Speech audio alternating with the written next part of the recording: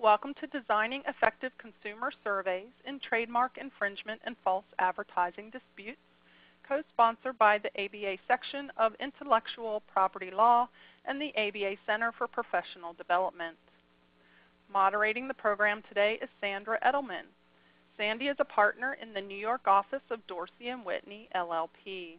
She is also a mediator for the federal court for the Southern District of New York Program of Mandatory Alternative Dispute Resolution and a member of the INTA Trademark Mediators Network.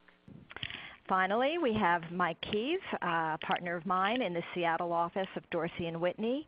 Mike has extensive litigation and trial experience in trademark, trade dress, and false advertising cases. And Mike is co-editor of the TMCA.com blog, along with me. I'm the co-editor, covering trademarks, copyrights, and advertising.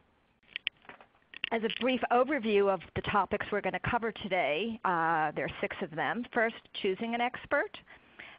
Second, basic elements of a well-designed survey. Third, the survey universe.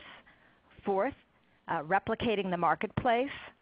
5, survey controls, and finally, the survey report and discovery. The first one is Tiffany v. Costco Wholesale Corp. This is a case out of the Southern District of New York that just came out earlier this fall. Some of you may be familiar with it, but essentially the dispute centered around Costco's use of the name Tiffany to sell platinum diamond rings. Of course, Tiffany, a very famous brand, has numerous Tiffany trademark registrations.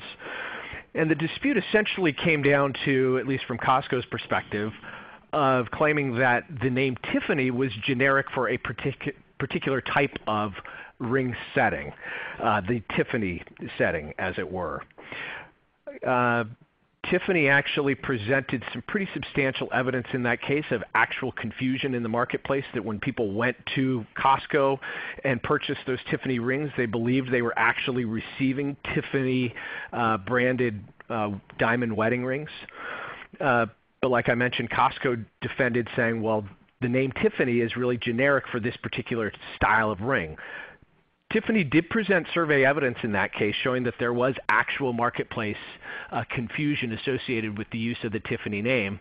And Costco didn't present any survey evidence, but opted to critique the survey evidence that was provided by the plaintiff. And ultimately, the court looked at that and said, look, you've critiqued the survey, but you haven't provided any sufficient argument that the survey is inadmissible. Therefore, it's essentially unrebutted. Even though there may be some issues associated with it, you don't have a competing survey. So ultimately, the court on summary judgment found in favor of Tiffany on the issue of actual confusion in the marketplace.